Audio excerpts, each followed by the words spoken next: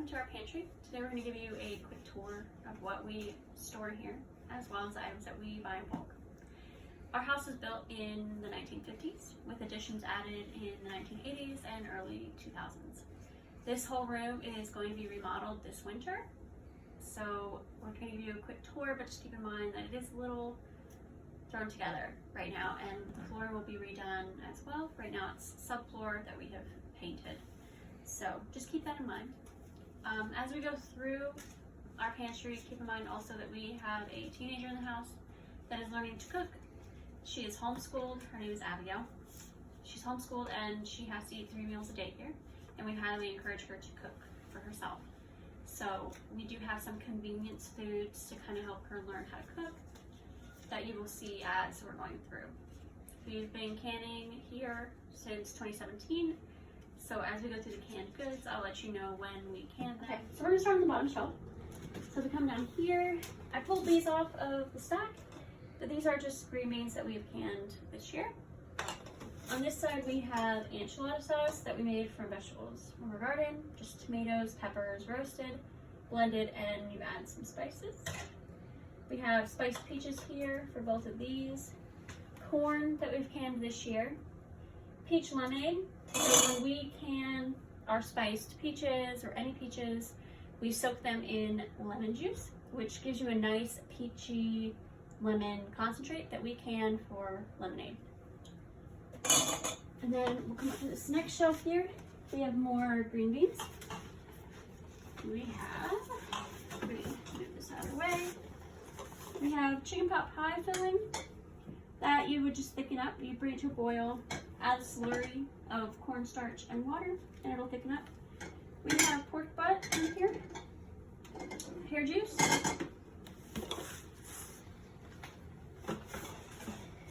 in here we have sweet pickles, dill pickles, some salsa, and the rows go back. We have more green beans that we canned this year. We have plums in this case. This is peach chutney that we canned this year. We just put it on pork chops, and it's pretty good. We have peach jam in this box in here that we canned. You can see that. Okay, we'll come over here. In here we have peach butter, cranberry applesauce, and peach butter. We have peach halves in honey in here that we canned in 2018.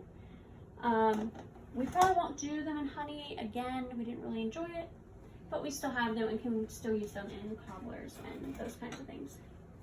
We have some pumpkin butter that we got from the Kitchen Kettle Village. Peach butter down here. Pears and honey. So when we got these pears, I actually found a lady who had a pear tree in her yard, and she didn't like pears. So she gave me the pears for $15 per 5-gallon bucket, I believe. So it was a pretty good deal. They weren't sprayed, they were organic. They were just unwanted, so we wanted them and made good use of them. We got pickled beets in here. We have different jams and jellies in here, strawberry, blueberry, and peach. We have more apple cranberry sauce, and these are all of our jams and jellies, mostly peach, blueberry, and strawberry. In here we have corn from 2019. So we'll use all of this corn up before we use up the 2020 corn. We have more spiced peaches in here and another peach chutney. Down here we have more beets. And then we have new potatoes canned in here. Up here we have eggplant campanata. Down here, this cover, okay. We also have some more spiced peaches. We really like spiced peaches on ice cream or just by themselves. We have ham and bean soup in here. We have water. So if you have a canner that's not quite full, you can can water and it becomes sterilized. We have taco soup in here, and then we have condensed milk. If you don't want to can dairy, then that's up to you. We do can some dairy, so that's just what we do. We have store-bought spaghetti sauce. I need to make some more of our own spaghetti sauce, and I'll show you how I do that in a different video. But for now, this is what we have for Abigail, so that she has some spaghetti sauce for lunches. So we'll go to this next shelf. These is all store-bought items that we have on hand. This is Rotel. It's just this generic store brand. We have cherry pie filling, because cherries don't really grow too well here, but we are going to try to can our own cherry pie filling this year with bulk cherries from Azure Standard. We have coconut milk. We have mixed vegetables in a can, tomato passata. Our tomatoes haven't done too well last year or the year before, or I'm sorry, last year or this year. So we did buy some tomato product in a jar. We have sauerkraut, grape jelly for Abby for her peanut butter and jelly sandwiches. We have Nutella, some cranberry sauce. We have green chilies, different soups back here. We have some olives. We have tomato paste.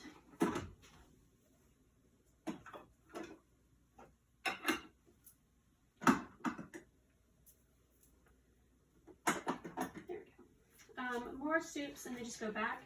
We have pumpkin puree for pumpkin pie. More soups, lots of peanut butter, again for the peanut butter and jelly sandwiches.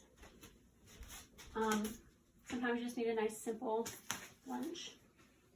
We have hoisin sauce, more olives, almond butter, maraschino cherries, canned mushrooms, more olives, chipotle salsa in a can. Make sure everything goes back where it needs to go. Okay. We have canola oil in a can for Abigail when she makes eggs. This is what she prefers to use, so we get her what she likes to use to encourage her to cook. More peanut butter, tahini. We have salsa, yellow mustard, ketchup. We do have some salsa that we made this year over there. Just not a whole lot yet, but the season's still on, still going. When we remodel, we're going to try to find a way to store these a little bit better. But right now, this is where we keep the lids, right? So canning lids, these are the lids we use for our milk because we have dairy goats. And so when we milk them, we bring them in, filter the milk, and use these tops. We have a couple of weck jars in here, and in a future video, I'll show you how we use those. We have all of our rings down here. We have our pickling salts, pectins, fruit fresh, and citric acid, all in this little basket. We have croutons. I bought them from the store. You can easily make them yourself. I just did it.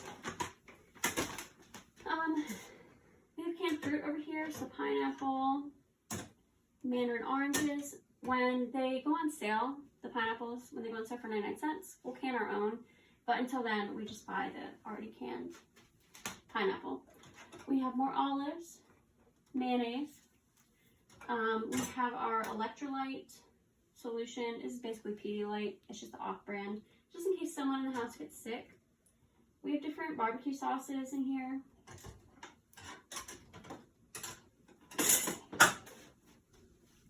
I'll put that back when we're done. Okay, if we come down to this row, we have our crowlers that we got secondhand that we're going to use for juice storage. And then we have little milk containers. We don't store our milk in this. It's just from a grocery store that we have that's about an hour away. And we do like to get some things from there every now and then, and you turn these in for a deposit. We have all these little jars that we're going to try to find something to use them for. We have the number 10 cans of diced tomatoes and tomato sauce.